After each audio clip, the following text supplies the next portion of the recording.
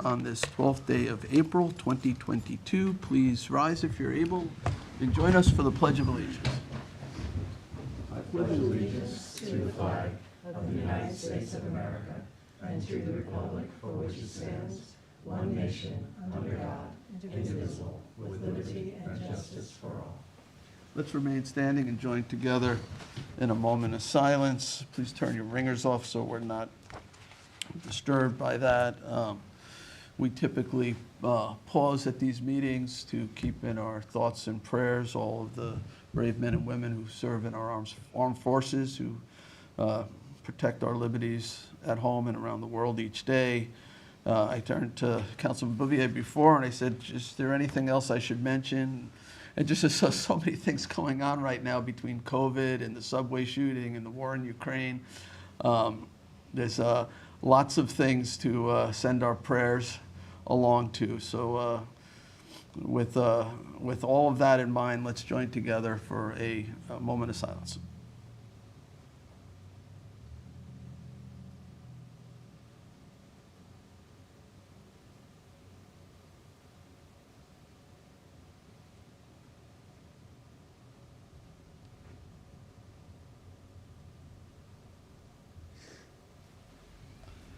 Thank you. Please be seated. Madam Clerk, would you kindly call the roll? Supervisor Schneiderman. Present. Councilwoman McNamara. Here. Councilman Martell. Here. Councilman Bouvier. Here. Councilman Scavone. Present. All right. Everyone is here. First order of business, I'll make a motion to approve the minutes from our March 20, you want to move this along, I said, for this March 22nd, from the meeting of March 22nd, 2022. Motion seconded by Councilman Bouvier. All in favor? Aye. Aye, approved. Madam Clerk, would you read the communications? The following communications have been received in my office of the town clerk. We have received public notices from the town of Riverhead, Village of Sagaponack, public hearing notice, New York State liquor license 30-day advance notice to local municipalities from the listed applicants, and financial disclosure statement filings from the listed individuals. We have received emails, letters, and land use applications regarding the following: Central Pine Barrens Joint Planning and Policy Commission, the notice of completion for the Central Pine Barrens Comprehensive Land Use Plan amendments, Chapter 235, noise, regulating the use and operation of gas-powered leaf blowers, the rental use of the Queen of the Most Holy Rosary in Bridgehampton, and a zoning board of appeals application for a location at North McGee Street in Southampton. The following bid openings took place: a second notice for debris removal at Bel Air Cove Motel on March 23rd, and a second notice for invasive vegetative control and removal on March 23rd as well.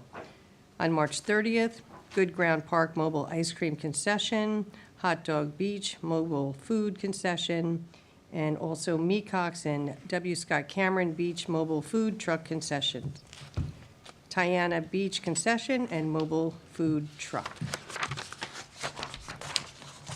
On the 31st, we had a second notice RFP for Lobster Inn Park Capital Project Design. On April 6th, Good Ground Park Mobile Food Truck, Ludlam Avenue Park Mobile Ice Cream Concession, Red Creek Park Mobile Ice Cream Concession, and Wildwood Lake Mobile Ice Cream Concession all took place. The following reports were filed from the Town Comptroller, the March 2022 monthly financial reports. And that concludes the communications for this meeting's agenda. Okay, thank you, Cindy. All right, next up is public hearings. We have 4 public hearings scheduled today. They seem to be all related to CPF acquisitions, and then we'll have public portion. I have 1 speaker for public portion so far, and then we'll get to the regular agenda. All right, so Madam Clerk, would you read the first public hearing notice? Public hearing number 1, to accept transfer and gift of a portion of the former Girl Scouts of Nassau County, Inc., known as Caretakers Cottage, to the Community Preservation Fund program, and to add Squiretown Park to the CPF Stewardship and Management Plan. Thank you, Cindy. Lisa Combrink, our CPF Program Manager, will introduce this. Good afternoon, Mr. Supervisor, board members, council, and Madam Clerk. I'm Lisa Combrink, the CPF Program Manager. So our first public hearing today concerns the Girl Scout Camp, now known as Squiretown Park in Hampton Bays.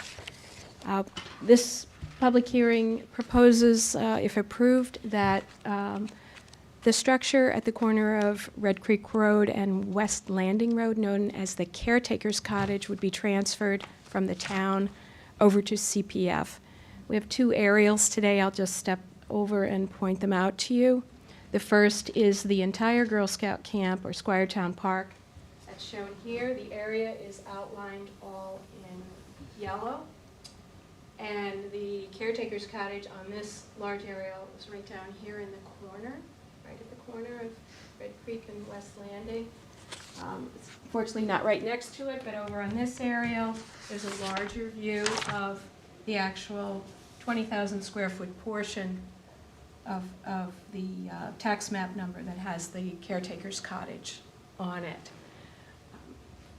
The properties consisting today of Squiretown Park were purchased in 2007.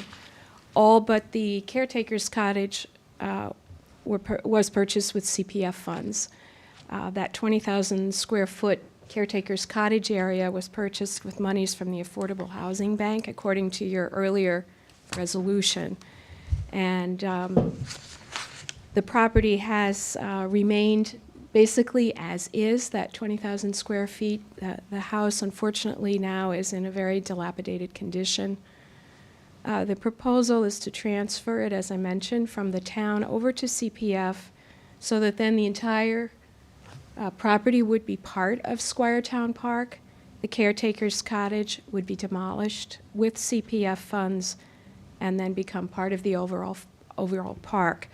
We would then be able to modify the fencing and remove some of the chain link fence that's behind the Caretaker's Cottage and put a nice split rail fence up to incorporate this area. So I think it'll really be a nice improvement to the park, and would enable us to continue our efforts to upgrade Squiretown Park. The original acquisition was for affordable housing. That's what the prior resolution says. Or are we going to bank the sanitary credit from this house that could be then used for affordable housing? I think David Wilcox will be doing that analysis, and we certainly will take advantage of that if we can, yes. Okay. Now, I know the property has fallen into disrepair through the years, and I think early on, when I first got elected, the town engineer said it was sort of beyond the point where it could be rehabilitated, though, it's sort of been a blight for that street and that neighborhood. I often get calls about it, so I think that, trying to turn it into affordable housing at this point, it would not be cost effective in terms of, you pretty much have to demolish the house and build something new, so.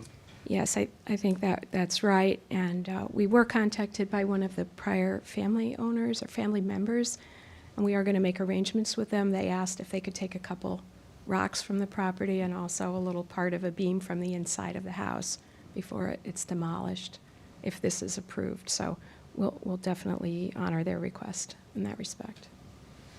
Any other questions regarding this? No, but I will agree that it's in really bad disrepair.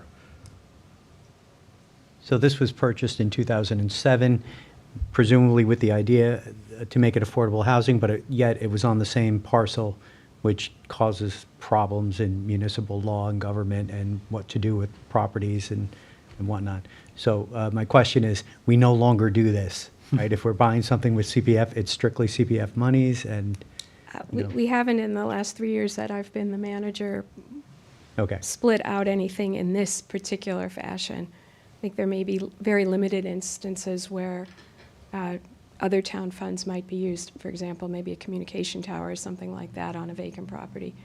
But I haven't seen anything similar to this. But all of that would be spelled out in the contract of sales from the outset or divided up absolutely. previously? Okay. Yep. Thank you. Question maybe for Jim, I don't know. So normally when we buy CPF properties, we will bank the sanitary credits, and they can only be used for affordable housing. Directly for affordable housing. Whereas this piece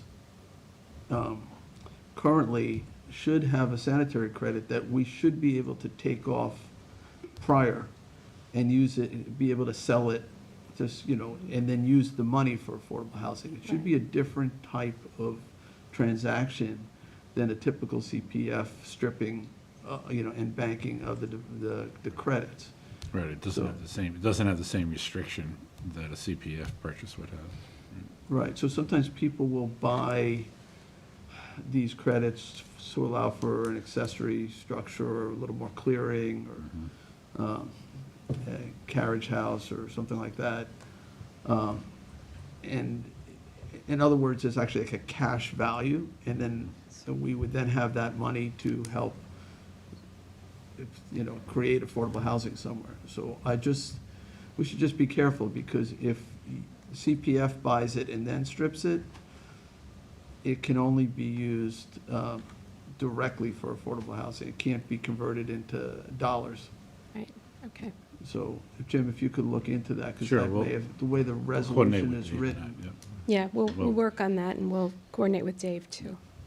it's highly technical, but if we do it right No, it's Yeah. important, ahead of Yeah. time, I think. absolutely. Well, it applies to the same goal, but since it wasn't purchased originally with CPF monies, there is a little bit more flexibility as well. Yeah, it's not really being purchased, we're giving it to CPF in this case, Right. so Right.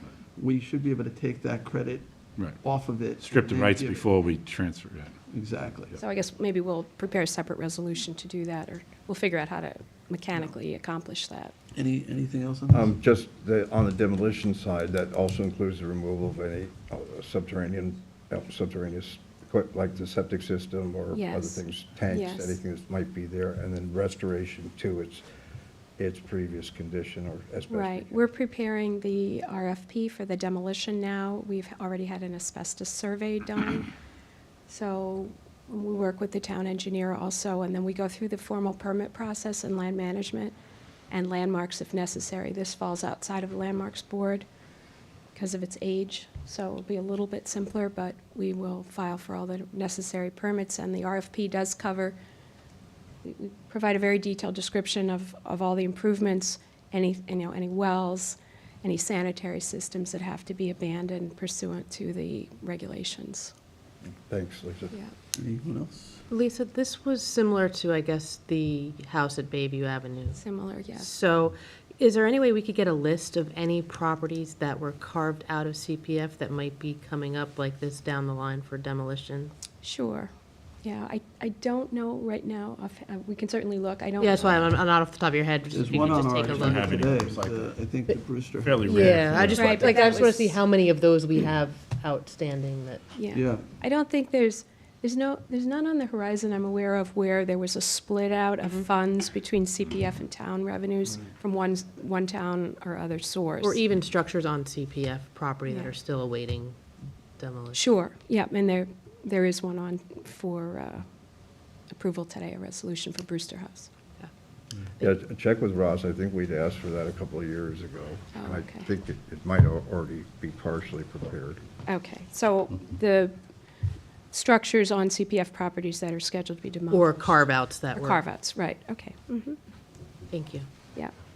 That piece has always been intended to be part of that park, per se, so I'm glad we're putting it back into the footprint, and I'm looking forward to how that park develops in the future, so Yeah. thank you for that. Sure, I think it's going to really be a big improvement, and we've already replaced the fence along the front on Red Creek Road, the split rail fence, put a new gate up, making arrangements for the gate to be closed at night, so that we can hopefully cut down on some of the nighttime visitors after hours, some of the vandalism that we've unfortunately been plagued with. You're also working on the lodge in Yes. terms of getting that landmarked? Yeah, Or we well, already landmarked it. It's but been landmarked, the In terms of getting it renovated. RFP for architects and engineering services is being finalized right now. So that'll be ready to be approved and issued And the soon. walkway down to the beach? Those plans are being The finalized DEC also. signed off on everything now, right? They did, yeah. Okay. Yeah, so That's it's good. slow progress, but I think we're making good It's progress over there. It's really an incredible facility. It's a gem. It's a beautiful property. The view up on that bluff is extraordinary. It'll be great to have more use, public use, campers, kids going there, learning. There's a new bench CPF staff just installed at the top of the bluff in honor of one of the members of the Trails Preservation Group. And it's right at the top overlooking it's behind the fence, so nobody goes over, hopefully, but it's a really nice spot, so. All right. All right. We'll go to the public. Anybody from the public wishing to be heard on this gift to CPF of the former Caretakers house at Squiretown Park?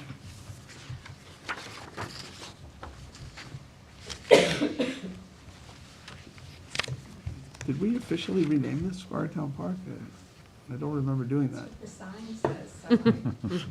'Cause it's on what, Newtown Road? It's not on Squiretown Road. It's gonna get confusing. with Good Ground Park is on Squiretown Road. You want to think about that. Okay, I'll make a motion to close the public hearing. Second? Seconded by Councilman Scavone. All in favor? Aye. All right.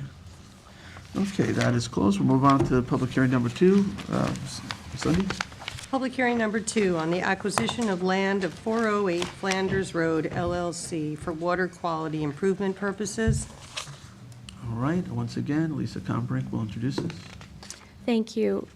The second public hearing concerns property at 408 Flanders Road in Riverside. It's owned by 408 Flanders Road LLC. I'll show you on the aerial. It's this property right here, which has road frontage on Route 24, adjacent to the Gerrymander properties. This property, it's designated Suffolk County Tax Map number 900-119-120. It's 2.9 acres in R15 and the R80 zones, and it is identified in a high priority area in our water quality improvement project plan. This parcel would be purchased with water quality funds as part of the planned Riverside sewage treatment plant improvements. This would be used for some type of infrastructure, whether it's drainage or something else, as those plans are developed. There are some encroachments on the property from the adjacent parcel, which we will have to address prior to closing with the owner, and the owner owns both properties, so hopefully we'll be able to resolve that. And the purchase price for this piece is $400,000. This has been identified by land management as another critical building block in the plans for Riverside. The large piece adjacent to it, that's still privately held? That's the Gerrymander piece. There's parcels, and we will be closing on those relatively soon. Those have already been approved. Okay, so that will all be one large block? Yes. Of open space? Okay. Any other questions? Okay, we'll go to the public. Is anyone from the public who wishes to be heard on this water quality acquisition or proposed water quality acquisition? Seeing none, I'll make a motion to close. Second. Seconded by Councilman Bouvier. All in favor? Aye. Aye. Okay, that hearing is closed. We'll move on to our third public hearing. Madam Clerk? Public hearing number 3 on the acquisition of lands of Sposata Realty LP and amend the CPF project plan and CPF management and stewardship plan to include properties. All right, once again, Lisa Combrink, CPF Program Manager, will introduce us. Thank you. This property, we have 2 lots, subject of this third hearing, 65 and 67 Jagger Lane in West Hampton, Suffolk County Tax Map number 900-3692, 49.5 and 49.6. Show you on the aerial, those are these 2 pieces outlined in yellow. Here's Jagger Lane, just so you can get oriented. You can see we have some other holdings in the area that are identified in green. The two properties together are 3 acres. They're in the R40 zone. Except for the flag portion, they're pretty much vacant and wooded, haven't been cleared. If the acquisition is approved, we would amend the CPF project plan to include these properties under the wetlands category because they are located along Brushy Neck Creek, which is this creek right shown here. That would be to the west. And then we would also amend the stewardship and management plan to include the properties. The purchase price for these two parcels together is $1.3 million. So when we acquire properties like these, with adjoining parcels, how do we prevent encroachments onto them by those neighbors? Well, this is always an ongoing concern in the CPF office. We do have our stewardship staff, so we do a few things. First of all, before closing, stewardship staff goes out and does an inspection. They've already done one inspection to make sure they just can prepare a basic baseline report. Before closing, they'll go to the property with a survey and make sure everything is in order, there is no dumping, there aren't any encroachments. Nothing since the initial inspection has been built or placed on the property. Then after closing, staff goes out and prepares what's called a baseline inspection. They do basically the same thing, but they'll take additional photographs, and those photographs are noted on aerials and are kept in our database as a starting point. Then on an annual basis, all properties are inspected, and we check for encroachments. We do sometimes have issues with neighbors. Right now, leaf dumping and brush dumping is a very big issue because of the time of year.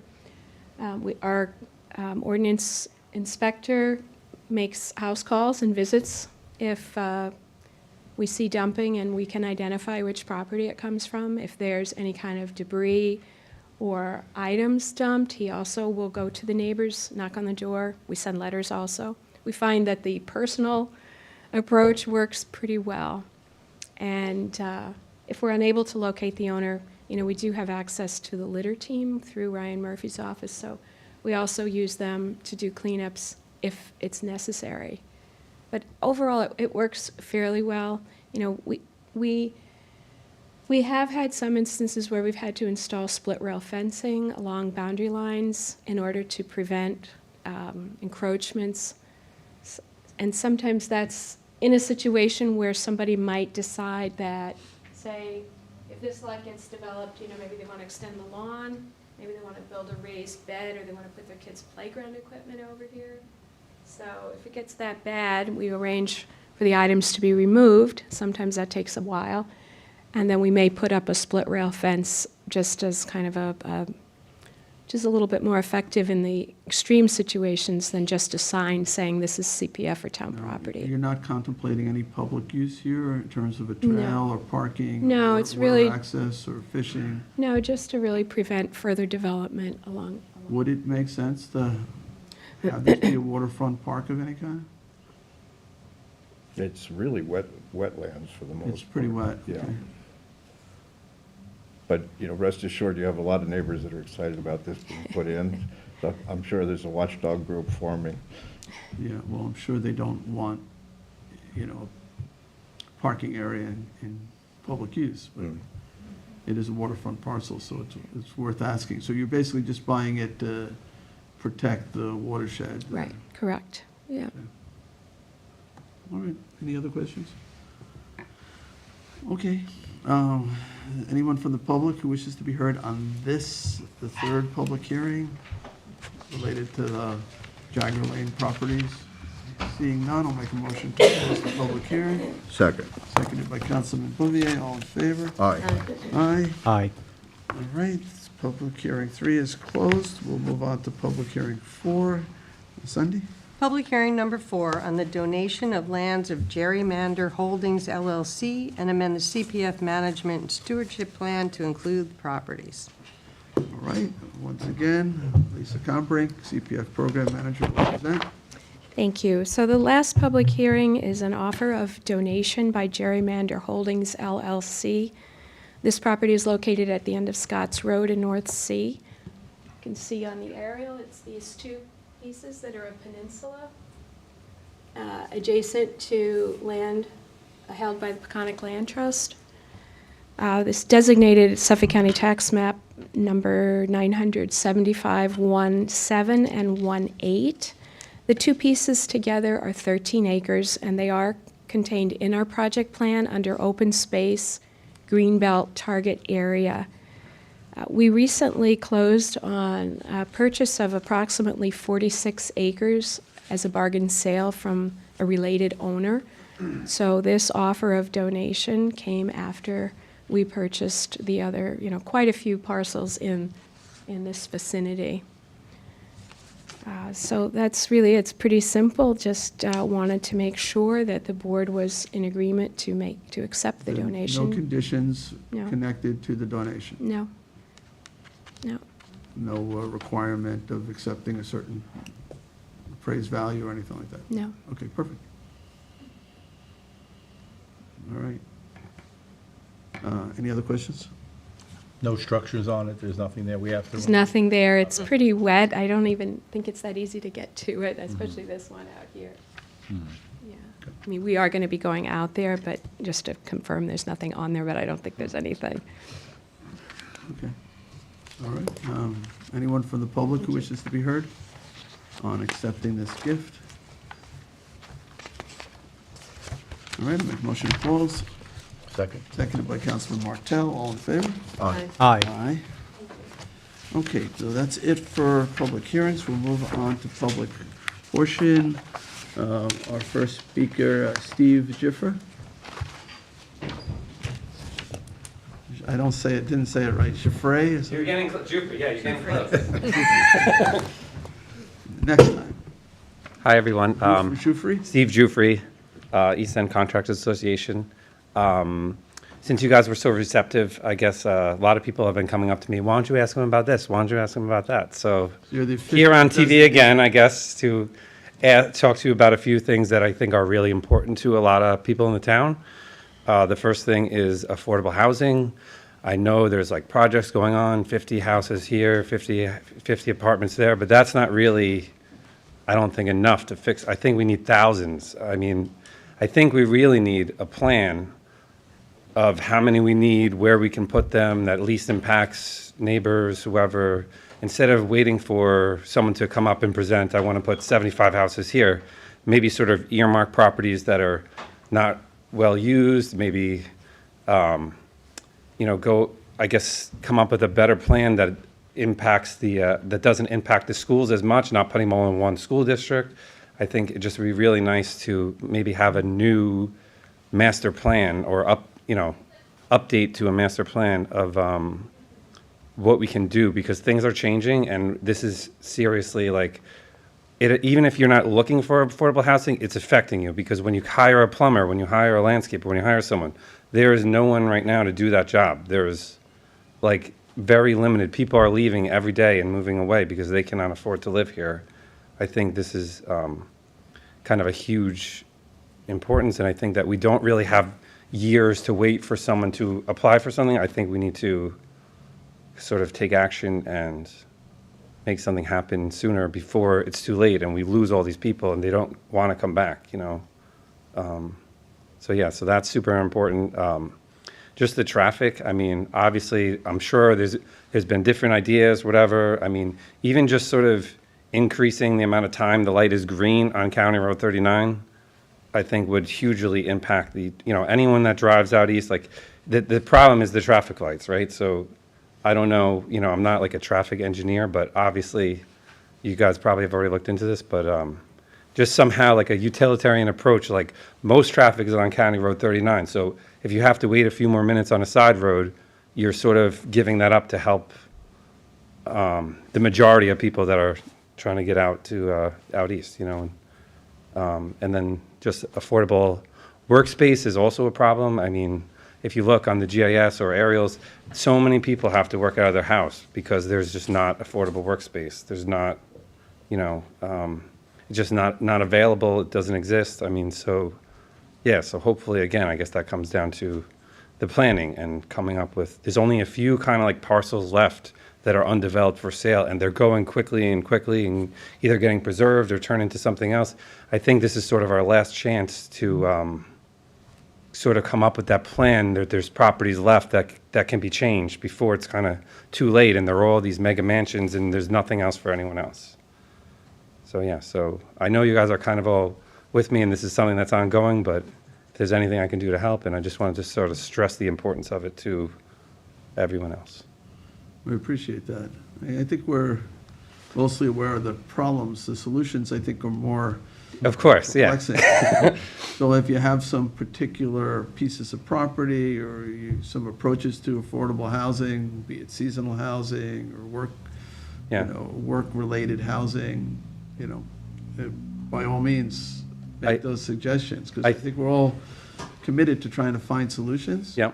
But, the problem's very clear. Yeah. The solutions are not so clear. So Of course, maybe, like I'm also a member of the CAC, maybe looking to the specific CACs and say, look, guys, we need to put affordable housing somewhere in your town. Where do you think would be the best place to put it? You live here, you understand, and sort of be realistic. Because I think waiting until a developer comes along and spends years on a plan, and then we don't like that plan, and then it's not really, if we were to go to these property owners and say, listen, I can get you a lot of money for your property, and we can do this, and you could help the town, and, obviously changing the zoning would increase the value of the property. So it really, I think, would work for everyone. I just, and I'm not saying I have all the answers, but I think, I have ideas that may help. I don't know.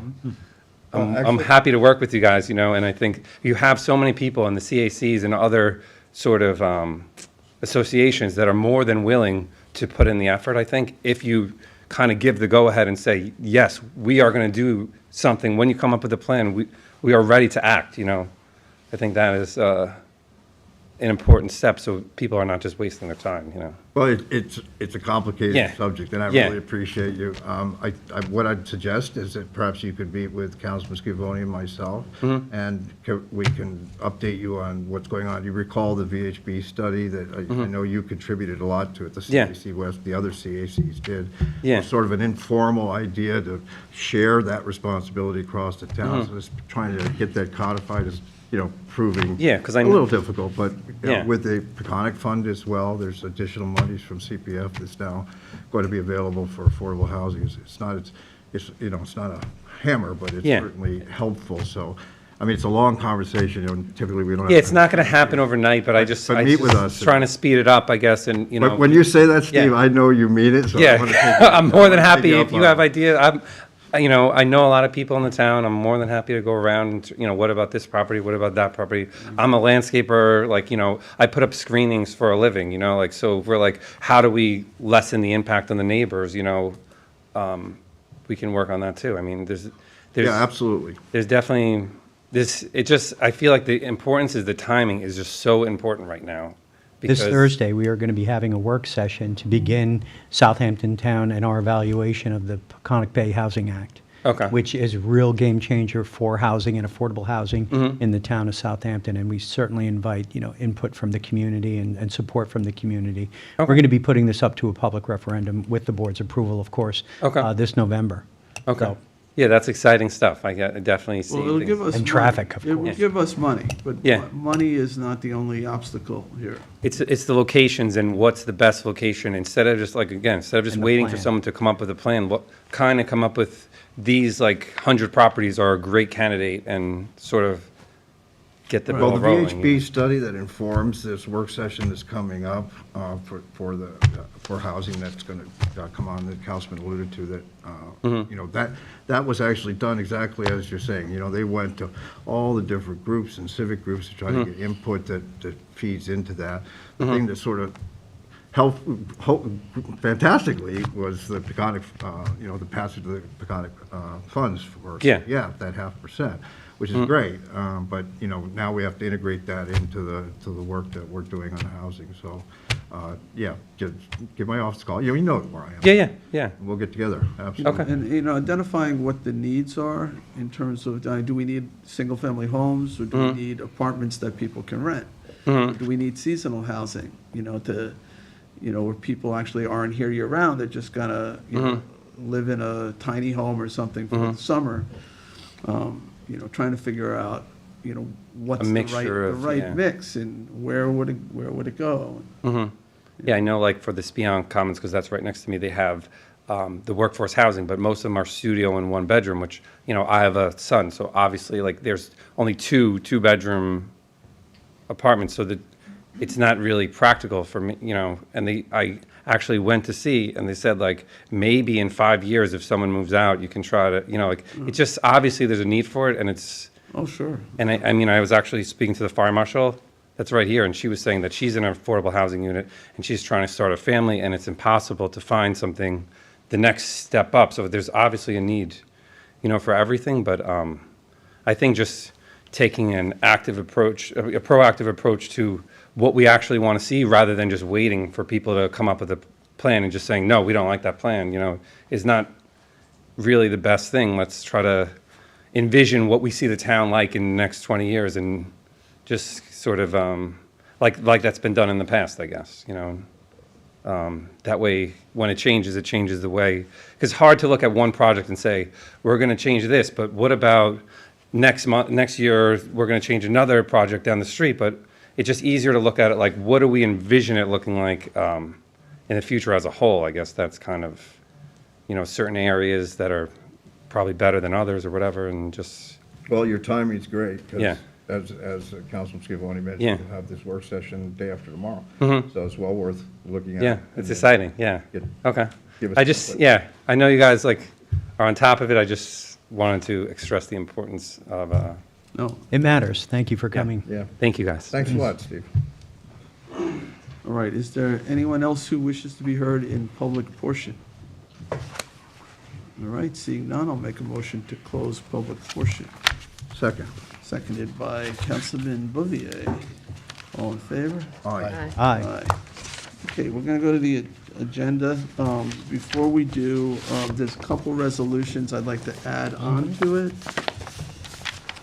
Walk-ons, there's 28329, offered by Councilman Martell. It authorizes East End Regional Intervention Drug Court judges and staff to attend the NADCP conference.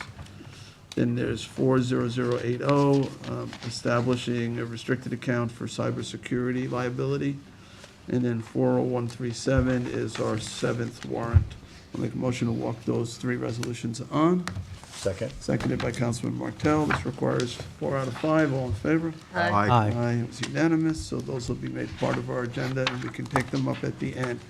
All right, Councilman McNamara, you wanted to take one out of order? Yes, please. Correct? So that is resolution number 425 of 2020 on page 52. So a motion to take 425 out of order by Councilman McNamara. I'll second. Thank you. All in favor? Aye. Aye, okay. Aye. So, Cindy, do you want to read the resolution? This is Resolution 425 of 2022 International Dark Sky Week. Okay, is there a second? Second. Seconded by Councilman Martell. I'll just read a brief All right, on the motion, Councilwoman McNamara? Whereas Southampton town residents continue to value the region's rural character, including a clear night sky, unspoiled by artificial lighting. Part of the East End's natural heritage, such vistas are similar to those safeguarded through the preservation of open space, woodlands, farms, beaches, and waterways. And whereas in December 2009, the town of Southampton enacted a local law to establish standards for outdoor lighting and thereby protected the local nocturnal landscape, such legislation was part of a growing movement of community concern over quality of life and the full enjoyment of public and private property. And now therefore be it resolved that the town of Southampton joins with its partners around the world in designated April 22nd through April 30th, 2022 as International Dark Sky Week, when citizens and visitors alike will be encouraged to celebrate by doing their best to reduce their own light pollution and then venturing outside to appreciate our beautiful star-filled sky in the company of family, friends, and neighbors.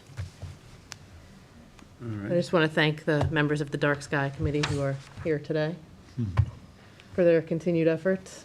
And how, besides this resolution, are we going to get the word out to our residents to, Our committee Particip- is actually doing to PSAs for participate. Sun TV. okay, You could Joy speak real quick? sure. I thought she was coming up. Joy, during you'll public just have to portion. identify yourself for our records. Hi, I'm Joy Flynn from Quogue and a member of the Dark Skies Advisory Group Committee to the town of Southampton. And first, I want to thank Councilwoman Cindy McNamara, who has been a wonderful liaison to us and very creative and very helpful, and really appreciate it. And your board has had a history, obviously, from the beginning of this the legislation. You've been ahead of your game with Nancy Grabowski starting this years ago, and Gail Klima being her aide to it all. And most villages don't have this kind of outdoor lighting code, so you should be very proud of yourself, and we're very proud of you as well. And we did our first screening of our PSA yesterday. We went to Revco, and we did our first, I felt like a TV star. It was very exciting.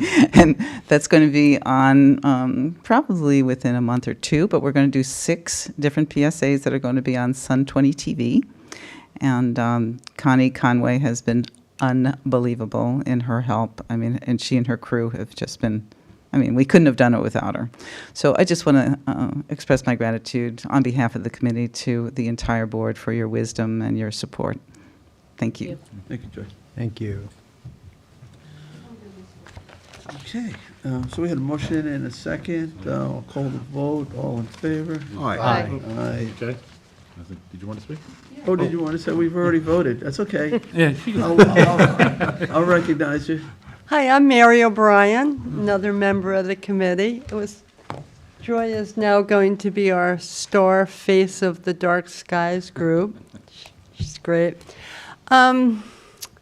As Joy mentioned, we've been doing this for easy 20 years now, but we still get the same questions. Every person that I'm introduced to and mention that I'm on the Dark Sky Committee, it's, oh, my neighbor has a spotlight that's pointing right in my bedroom. What can I do? This is only part of the light pollution problem. Light pollution, of course, is glare and health problems and safety problems. But it seems that the nuisance lighting is the face of people's perception of light pollution. And we're getting so much support now, of course, from you, which is wonderful, but also from Ryan Murphy and his team over there at Code Enforcement. They also have been super supportive. And we're seeing more and more people just have an interest in this issue. It used to be we had to explain from the ground up, and now people are starting to get it. And our group's mission for the next year, at least, is going to be to try to redouble our efforts at education. So the fact that our PSAs will be coming out is great. Southampton Press did a brilliant article by Jenny Noble last week that gave a lot of information what we can do. So once again, thank you all so much, and thank you, Sydney. Thanks, Mary. Thank you. Thank you. And I know at least one of our 7 villages is seriously considering a dark skies legislation as well, and looking at the legislation that we developed when they're writing theirs. Southampton Village has adopted our code. It's good. So are you guys involved with any of the Earth Day activities and getting the information that you want out besides your PSAs? You might want to reach out to Frank or to Lynn, because they've got a big, long list of things that they're going to be talking about. There might be some synergy there. I don't know. It's worth exploring. I'll say 2 quick things. One is, our sort of sister township to our east, East Hampton, has a dark sky code that actually, I believe, was put in place before even Southampton's. And Susan Harder was very active back when I was supervisor there. And so it's kind of nice to have the whole region have this in place, because what happens next door contributes to the, the light pollution. But I also, in talking about Southampton's journey to reclaim its dark skies, it's worthy of mentioning Gail Klima, who passed away a number of years ago, but she was really instrumental, along with Councilwoman Grabowski, in getting Southampton's laws up in place. And she and Susan Harder were also very effective in getting some regulations at the county level when I was legislator on county buildings, and created the first dark sky park out in Montauk, the county park there. So little by little, some blue light laws to Gabreski Airport. We were able to turn down the Kelvin, the temperature of some of those lights. So, everything has a small effect, but cumulatively there's a big effect. And when you can walk out at night and see your place in the universe, so to speak, I think it's really, really important. But not just, internally, but also I think for all the nocturnal species that occupy our area that really depend on dark skies for survival. And, their eyes are adapted. They're not adapted to light. They're adapted, to be able to see in those, in the darkness. So, it's not just about us in this case. It's about, not just our human neighbors, but our wildlife neighbors as well. So I appreciate the work you. It's a PSA in your future. Well, also, Be happy you to- guys, to have how much input you gave to the LED streetlight replacement. It's 1,800 lights. That was a big deal, so much appreciated. More to do. So much of the world now looks up at the sky at night and doesn't see any stars. I can't imagine, not having that sense of place, I like to go out to Montauk at night, and you really sense it out there too. The stars just jump out at you. So it's important work. So thank you for doing it. Yeah, it's kind of interesting because, I was working with Fred Thiel, we were looking for an observatory site for the Hamptons Observatory, and trying to find a place that was dark enough to have an observatory was really problematic. The only one we found was someplace up near the community college in Riverside, so, there's a lot to do. Yep. All right, so we voted on that. So now we're going to go. You guys, you're welcome to stay if you want the entertainment, or. Thank you, but, oops, no. All right, thanks. Thanks for stopping in. Come back real soon. All right, so we're at the top of the agenda. We're going to resolution number 376, offered by Councilwoman McNamara.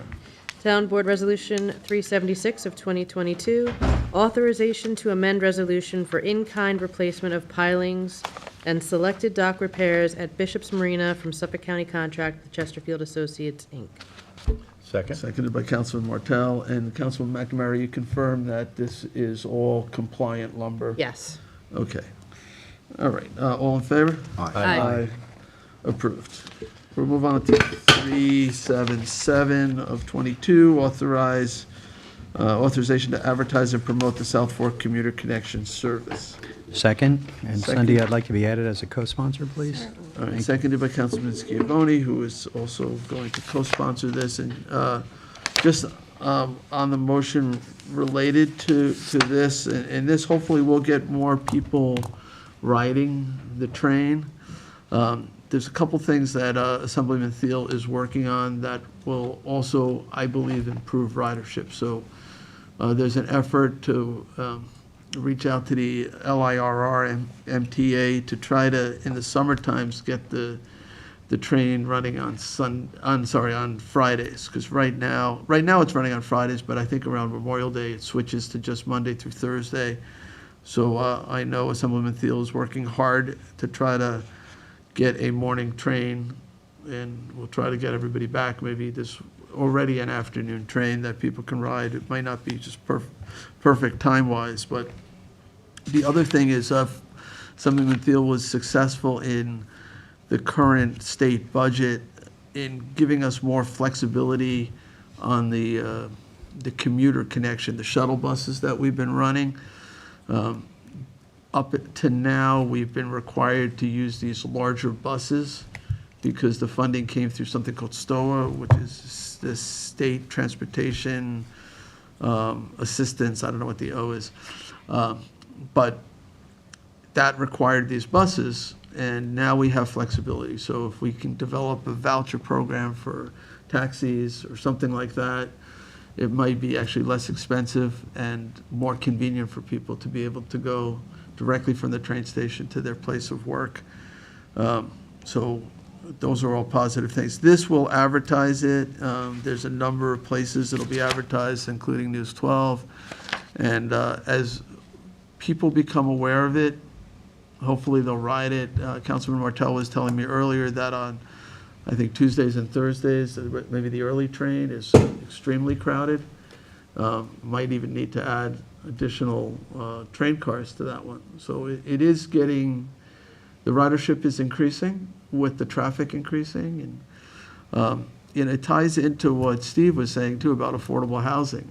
We have all this job demand, and it takes hours sometimes for people to get from where they live to these jobs. So if we can get people there, recognizing that the housing is a little bit more affordable to our west, if we can get people to work in a reasonable amount of time, it will help allow businesses to find employees and give people back some of their lives.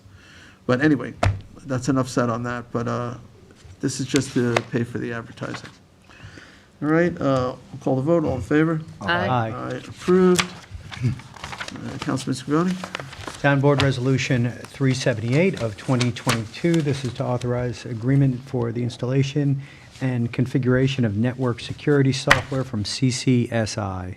Second. Seconded by Councilman Bouvier. All in favor? Aye. Aye, approved. 379 of 22, authorize controller to pay S&P Global Ratings, a division of Standard & Poor's, invoice for the town of Southampton credit rating for its public improvement serial bonds.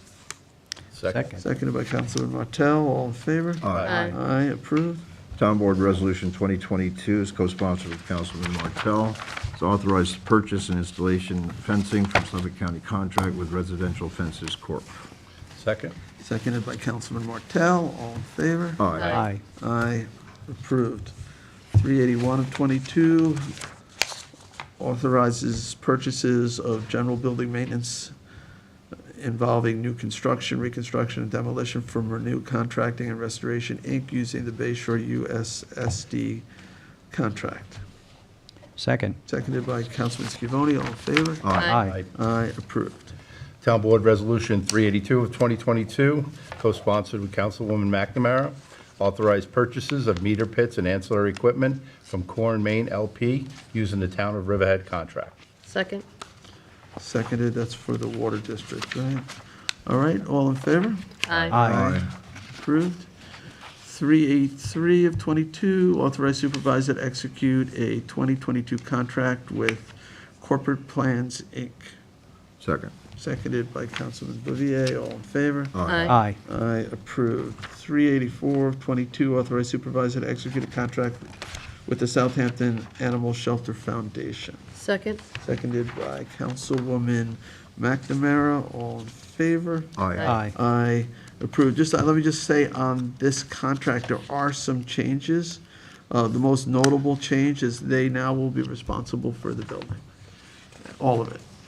From the heating system to the flooring to, we are still on the hook potentially for major structural, but they are taking over everything. So that will free up our buildings and grounds folks. And,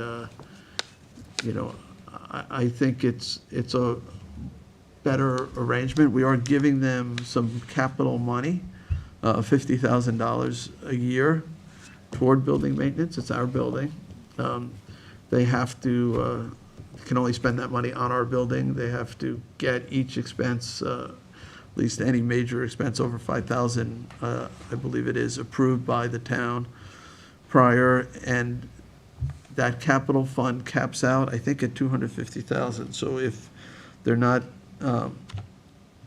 using it, we don't continue to contribute toward it. So other than that, it's also a fixed price now, not, because they shelter our animals. It's not based not by on the day. an individual, it's basically, they have to take our dogs. If we have a nuisance animal or stray animal that we pick up, they have to kennel that animal. It's built into the price, however many animals it is. And I just wanted to thank Sean Cambridge, who has worked Great job. quite a bit on this. What was that? He did a great Yeah, job. he did a great job. Yeah, Sean's been working on this for a while. It's a lot of moving parts in the It contract. solved a lot of issues on both sides, I think. Yes, it resolved a lot of issues, when we can have access to the facility, who can have access to the facility. So, I'm quite happy with how it ended up, so. And I believe this is a 5-year contract. Yes. All right, yep, 5 years. We did. All right, so we voted on that already, so we'll move on to 385. Tommy John? Town Board Resolution 385 of 2022, authorize the supervisor to execute an agreement with Nearmap US Incorporated. Second. Seconded by Councilman Bouvier. All in favor? Aye. Approved.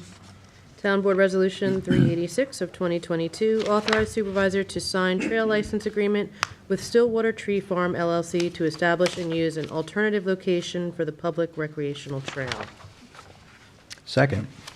And this does now go right up to power lines like we had discussed at our work session. Oh, good. Okay, good. All right, thank you. It was seconded by Councilman Schiavone. All in favor? Aye. Aye, approved. I think Cindy, you're next. Town Board Resolution 387 of 2022, authorize the purchase of a new fuel management system at Conscience Point Marina from Sourcewell contract with Gilbarco Incorporated. Second. Seconded by Councilman Bouvier. All in favor? Aye. Approved. Town Board Resolution 388 of 2022 to authorize the purchase of maintenance renewal of financial systems software with HSO US, also known as AKA Enterprise Solutions. Second. Seconded by Councilwoman McNamara. All in favor? Aye. Approved. Town Board Resolution 389 of 2022 to authorize the supervisor to execute a service order with Box Incorporated for Business Plus account licenses. Second. Seconded by Councilman Bouvier. All in favor? Aye. Approved.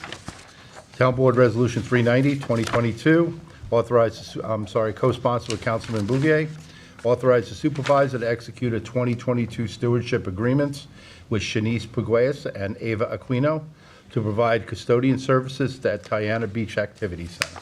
Second. Seconded by Councilman Bouvier. All in favor? Aye. Aye, approved. 391 of 22, co-sponsored with Councilman Schiavone and Councilman Martell, authorizes the supervisor to execute a contract with Auctions International, Inc. for sale of surplus equipment owned by the town. Second. Seconded by Councilman Martell. All in favor? Aye. Aye, approved. 392 of 22, co-sponsored with Councilman Schiavone and Councilman Bouvier, authorize the supervisor to execute an intermunicipal agreement with the Village of West Hampton Beach as it relates to the management of 74 and 76 Dune Road.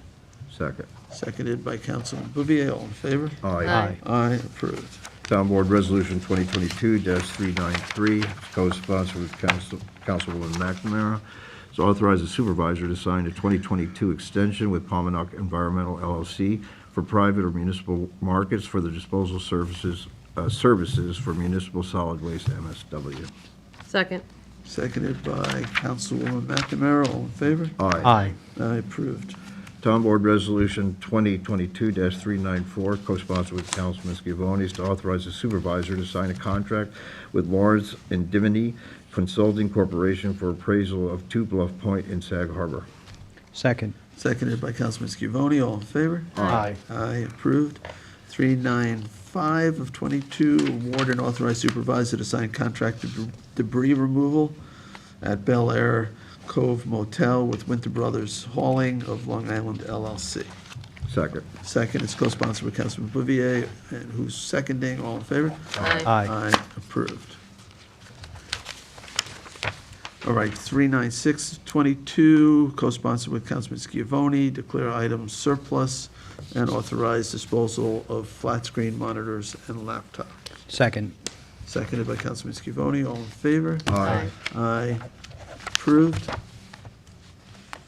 397 of 22, declare item surplus and authorize disposal of vehicles. Second. Seconded by Councilwoman McNamara, all in favor? Aye. Aye, approved. 398 of 22, purchase of 3 Ford Escape SE hybrid vehicles. Second. Seconded by Councilman Bouvier, all in favor? Aye. Aye, approved. Town Board Resolution 399 of 2022, the 2022 notice to bidders for traffic line striping and traffic markings. Second. Seconded by Councilwoman McNamara, all in favor? Aye. Aye, approved. Town Board Resolution 400 of 2022, the 2022 notice to bidders for full-depth reclamation. Second. Seconded by Councilwoman McNamara, all in favor? Aye. Aye, approved. Town Board Resolution 401 of 2022, the 2022 notice to bidders for highway signs, posts, and appurtenances. Second. Seconded by Councilwoman McNamara, all in favor? Aye. Aye, approved. Town Board Resolution 402 of 2022, the 2022 notice to bidders for pavement repair. Second. Seconded by Councilwoman McNamara, all in favor? Aye. Aye. Approved. Town Board Resolution 2022-403 is a 2022 notice to bidders for demolition of 1380 Flanders Road. Second. Seconded by Councilman Schiavone, so this is the big blue house, right? Brewster's house, years and years. Finally. Before it falls over. Well, it's not done yet, so this is, Yeah. we're going out to bid. Hopefully it doesn't fall down before that point. So, all right, do a motion and a second, all in favor? Aye. Aye, approved. Town Board Resolution 404 of 2022, the 2022 notice to bidders for furnish and install microsurfacing and/or crack sealing. Second. Seconded by Councilman Schiavone, all in favor? Aye. Aye. Aye, approved. All right, Resolution 405 of 2022 is 2022 notice to bidders for Hampton Bays compost facility renovation. Second. Seconded by Councilman Martell, all in favor? Aye. Aye. Aye, approved. 406 of 2022 notice to proposers for architectural and engineering services for the Southampton Head Start Center expansion. Second. Seconded by Councilman Schiavone, all in favor? Aye. Aye, approved. 407 of 22 amends 2021 budget for various departments. Second. Seconded by Councilman Bouvier, all in favor? Aye. Aye, approved. 408 of 22 amends the 22 adopted budget for acquisition of area of the Leonard property in North Sea. Second. Seconded by Councilman Schiavone. This is to sort of carve out a 10,000 square foot area that may be used for general municipal type purposes, including communications. So it would not be acquired with CPF funds. Seconded by Councilman Schiavone. All in favor? Aye. Aye, approved. 409 of 2022 amends the 2022 adopted budget for the animal shelter. Second. Second by Councilwoman McNamara. This provides that additional $50,000 for the capital fund. I'll call the vote. All in favor? Aye. Approved. 410 of 2022 amends the 2022 through 26 capital budget for highway town-wide drainage. Second. Seconded by Councilman Martell. All in favor? Aye. Aye. Aye, approved. 411 of 22 amends 22 adopted budget for unallocated highway. Second. Seconded by Councilman Martell. All in favor? Aye. Aye, approved. think that's gonna end up going toward addressing flooding issues. That's 700,000. 412 of 22, authorize closure of capital projects. Second. Seconded by Councilman Bouvier. All in favor? Aye. Aye, approved. Town Board Resolution 413 of 2022, co-sponsored with Councilman Schiavone, amend 2022 electrical application fee schedule, Building Division to include electrical vehicle charging stations. Second. Seconded by Councilman Schiavone. All in favor? Aye. Aye, approved. 414 of 22, this is the Flanders Northampton Volunteer Ambulance Company Service Award Program, Second. also known as LoSAP. On the Seconded by- motion, if I Seconded by could. Councilman Schiavone on the motion. Sure. Last year, we actually provided 3 additional service credits to our volunteers because of the pandemic, as per New York State General Municipal Law 219 and 217, which was allowed. So we are back on schedule. We did not have to grant any service awards for their LoSAP 50-point allotment. We gave them more than 3. We gave, I think, 3 30, per. 30 maybe. Well, 3 per month. Sorry, 3. Yeah, important Three per- distinction. 3 per month. 3 per For the month. duration of that emergency period. Right, the state, since, when the state was in state of emergency due to the COVID pandemic. Right, okay, thank you. We wanted to make sure our volunteers made their points and stayed involved, and, you know, they didn't suffer a penalty because of the pandemic. Right. So second? There was a motion, a second, all in favor? Aye. Approved. 415, co-sponsored with Councilman Schiavone, is the Hampton Bays Volunteer Ambulance Corporation Service Award Program. Second? Seconded by Councilman Schiavone, all in favor? Aye. Approved. 416, Southampton Volunteer Ambulance Corp Service Award Program. Same second? Same second, all in favor? Aye. Aye, approved. 417, this is for the West Hampton War Memorial Ambulance Association Incorporated Service Award Program. Second? Same second, all in favor? Aye. Aye. Approved. Town Board Resolution 2022-418 is an appoint affirmative action task force for 2022. Second? Seconded by Councilman Martell, all in favor? Aye. Aye. Approved. 419 of 22, reappoints Father Constantine Lazarakis to the Ethics Board. Second? Seconded by Councilman Schiavone, all in favor? Aye. Aye, approved. 420 of 22, accepts resignation of Helene Burgess from the 2022 Temporary Board of Assessment Review members. Second. Seconded by Councilman Martell, all in favor? Aye. Aye. Aye. Approved. Then 421 of 22 would appoint Daniel Flynn to the 2022 Temporary Board of Assessment Review members. Second? Seconded by Councilman Martell, all in favor? Aye. Aye, approved. Town Board Resolution 422 of 2022, appoint the Trails Advisory Board for 2022. Second. Seconded by Councilman Bouvier, all in favor? Aye. Aye. Aye, approved. Town Board Resolution 423 of 2022, accept the resignation of Deborah Skinner from Youth Bureau Board. Second. Seconded by Councilwoman McNamara, all in favor? Aye. Aye. Approved.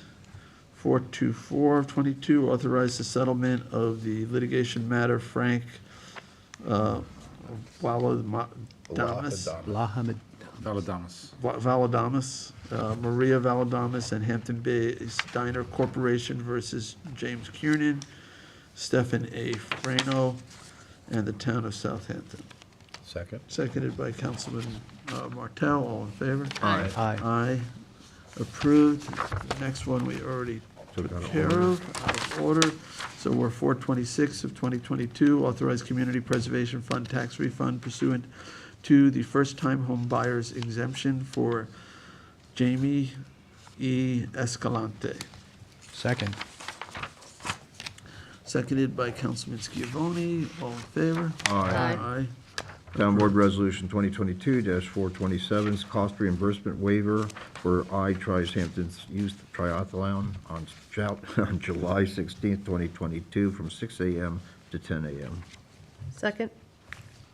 Seconded by Councilwoman McNamara. All in favor? Aye.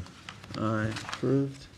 Town Board Resolution 2022-428, historic landmark designation of the structure known as the New York State Governor John Adam Dix Windmill, proposed to be relocated at 35 Main Street, West Hampton Beach, Suffolk County Tax Map 905-11-1-1.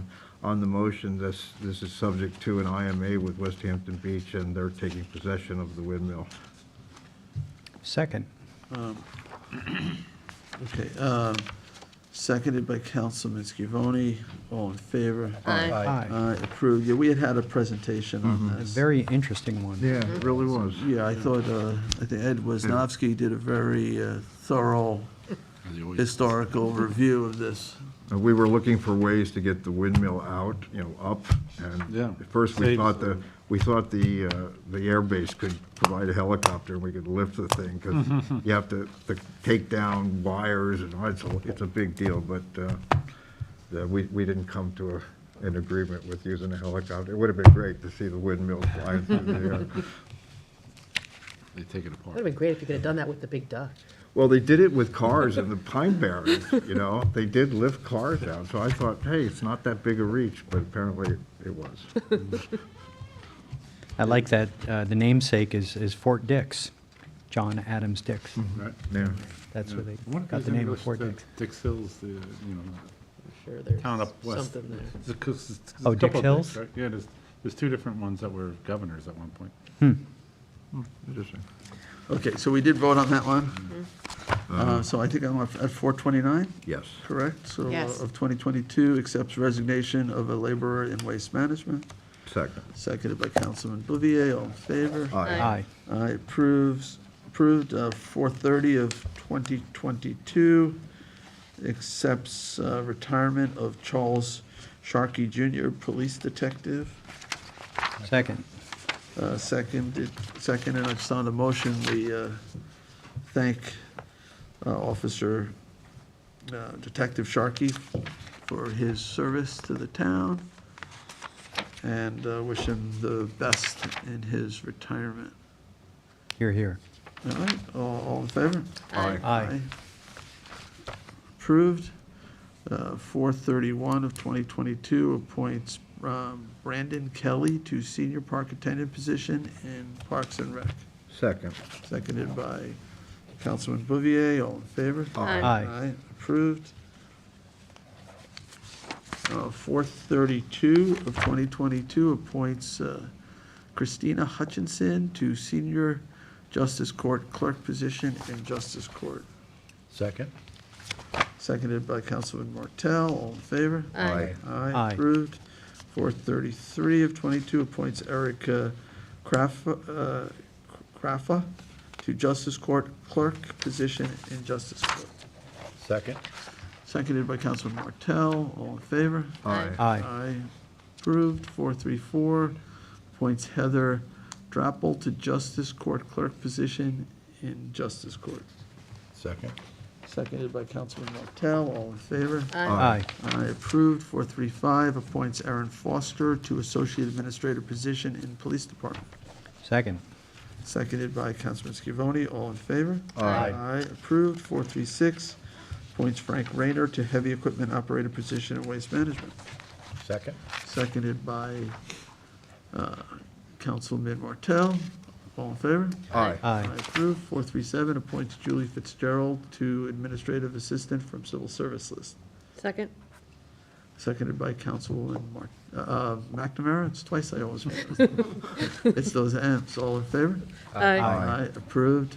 And congratulations to Julie and to all those other individuals who were appointed to various positions. All right, 438 of 2022, authorized Town Police Detective Timothy Wilson to attend training in Farmington, New York. Second? Seconded by Councilman Martell. All in favor? Aye. Aye. Aye, approved. 439 of 2022, rescind resolution 2022-321, appointment of heavy equipment operator.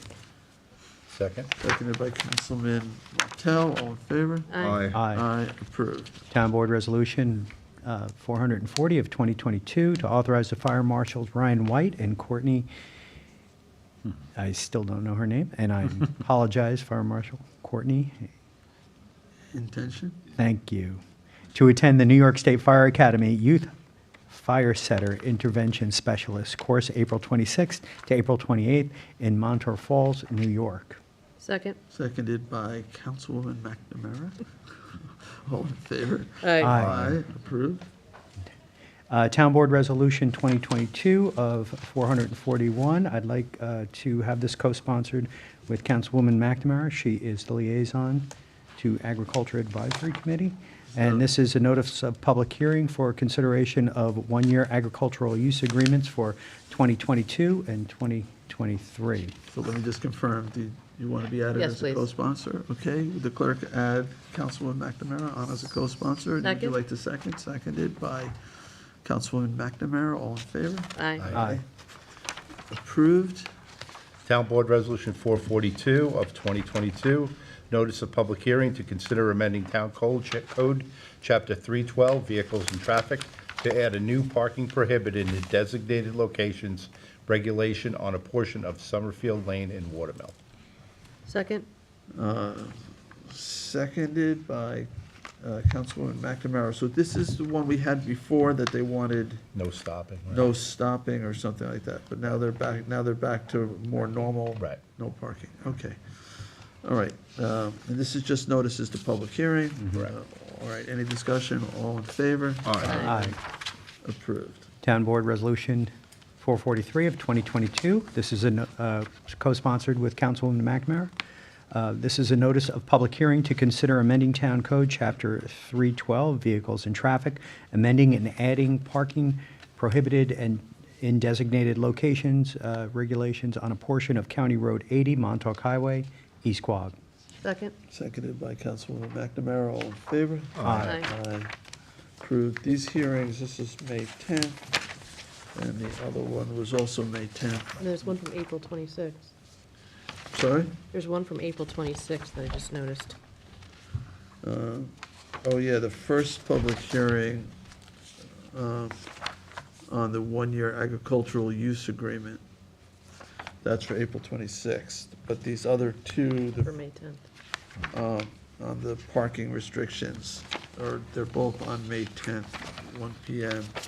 The May 26th, the April 26th meeting is a 6 PM meeting. All right. Too soon? Did we call the vote on that? Yes? Did we call the vote on 443?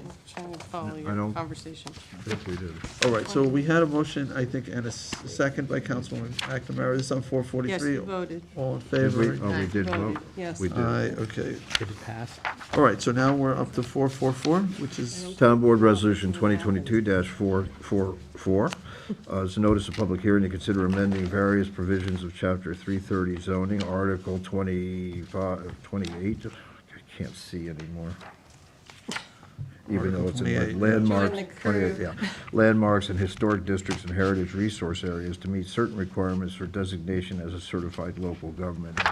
If we could, I don't know what happened, but this got put in bold, giant type. We can get that fixed. Joe's yelling at us, Joe. Somebody was having a hard day, I think. Second. We'll fix that for you. Thank you. Seconded by seconded by, who's the second? Givoni. Councilman Scavone, all in favor? Aye. Aye, and that hearing is also May 10th. Those approved. And I gotta skip a few pages here. Yeah. Back to the welcome. That's it, right? Yeah, we're on the welcome.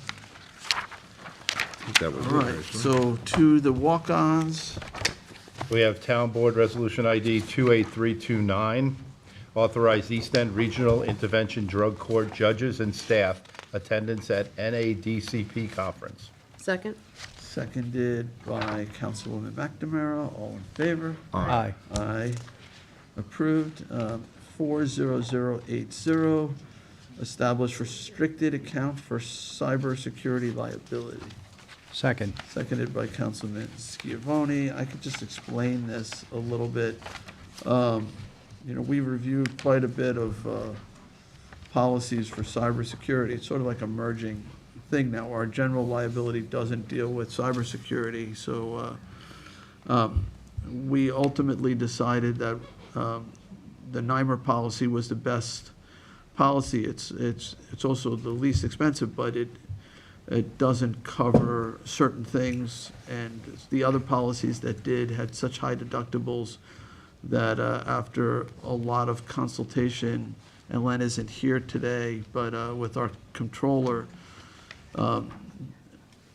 rather than paying, let's say, $100,000 for these policies that had a $100,000 deductible and had very limited coverage, that we just established this restricted account, put some money in it so that we could sort of rebuild our systems. We're in pretty good shape, according to IT, that even if we were struck with sort of a ransomware type of attack, we would be able to rebuild our systems without being held hostage, which is really important because that's happening more and more to places. And nobody wants to see payments to these basic terrorists.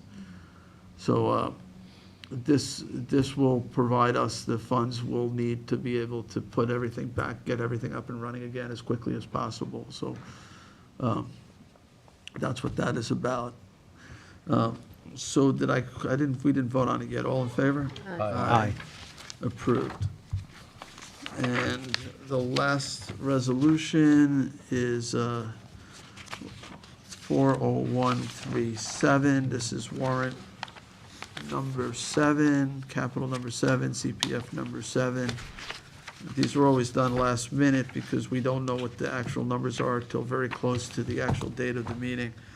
That's why we do these warrants, but they're critical because we can't pay the bills, we can't pay our staff, we can't really function without them. So I hope you'll vote for us. So I'll make a motion to approve. Second by Councilman Bouvier. All in favor? Aye. Aye. Approved. Okay, that's the last item on the agenda. Is there any other business? Well, I'd like to mention something about Town Board Resolution 423, resignation of Deborah Skinner from our youth board. And I just want to say that Ms. Skinner really has been critical she's given a lot of time to the youth in and around the Sag Harbor area. She was active in our school. We had a youth center at the time, and she was critical in kind of combining the youth center with the youth board in Southampton town, and she's put a lot of time and energy into the young people of this town. So I just wanted to thank her for her service to the community. And if I could second that, I go back from the Parks Department working with Debbie. She's been involved for that many years. 20 years ago, I remember her being involved in the Sag Harbor area in Yes. our programs that we were putting on with the town. So thank you very much for your service.